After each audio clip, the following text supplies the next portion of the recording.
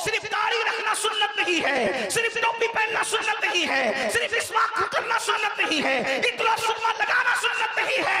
जब बेटी आ रही हो उसके लिए उठ के खड़े हो जाना, यह भी मुस्तफा की सुन्नत।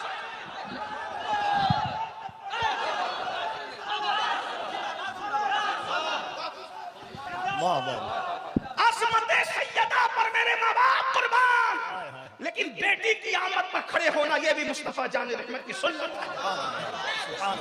पीर के हाथ चूमे जाए ये अपनी जगह है, लेकिन बेटी का माथा चूमना मुस्तफा जाने रहमत की सुन्नत है।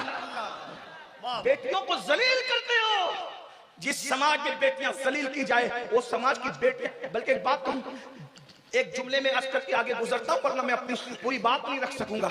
जहां बेटी को बेटी का दर्जा दिया जाए वहां बेटियां कभी नहीं बिगड़ती, बस इतनी बात है। जहां बेटी को बेटी समझा जाए वहां बेटी कभी बाहर किसी से दिल नहीं लगाती।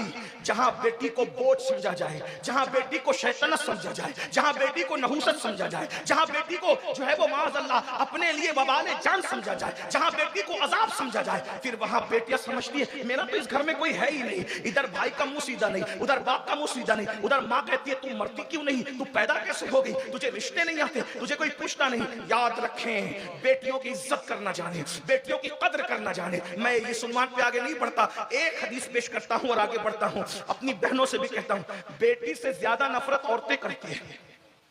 ये समाज का बहुत बड़ा अलमिया है, बेटियों से सबसे ज्यादा नफरत औरतें करती हैं। मेरी बहनों, ये सीरियल, नहूसत और फिल्मों की वजह से है। एक बात तुम्हें बताऊं, अगर तुम बेटियों को पैदा होने नहीं देना चाहती, अगर तुम्हारी मां ने भी तुम्हारे लिए यही फैसला किया होता तो क्या तुम आज जिंदा होती? बेटियों को बोझ मत समझो, बस इतना समझ लो, हदीस पाक में आता है अल्लाह के रसूल अलैहिस्सलाम फरमाते, जब बेटी किसी के घर में पैदा होती है उस घर में फरिश्तों का नुज़ूल होता है और चारों तरफ से फरिश्ते उस बेटी को घेर करके कहते हैं, ऐ कमजोर जान से पैदा होने वाली कमजोर जान, जब तक तू इस घर में रहेगी हम तेरे साथ रहमत के फरिश्ते इस घर में मौजूद रहेंगे। यानी बेटों की पैदाइश के बाद तुम्हें किसी न किसी तावीज की जरूरत है रहमत के फरिश्तों के लिए, लेकिन बेटी की पैदाइश ऐसा तावीज है कि जब तक बेटी घर में रहेगी रहमत के फरिश्ते उसके साथ रहेंगे।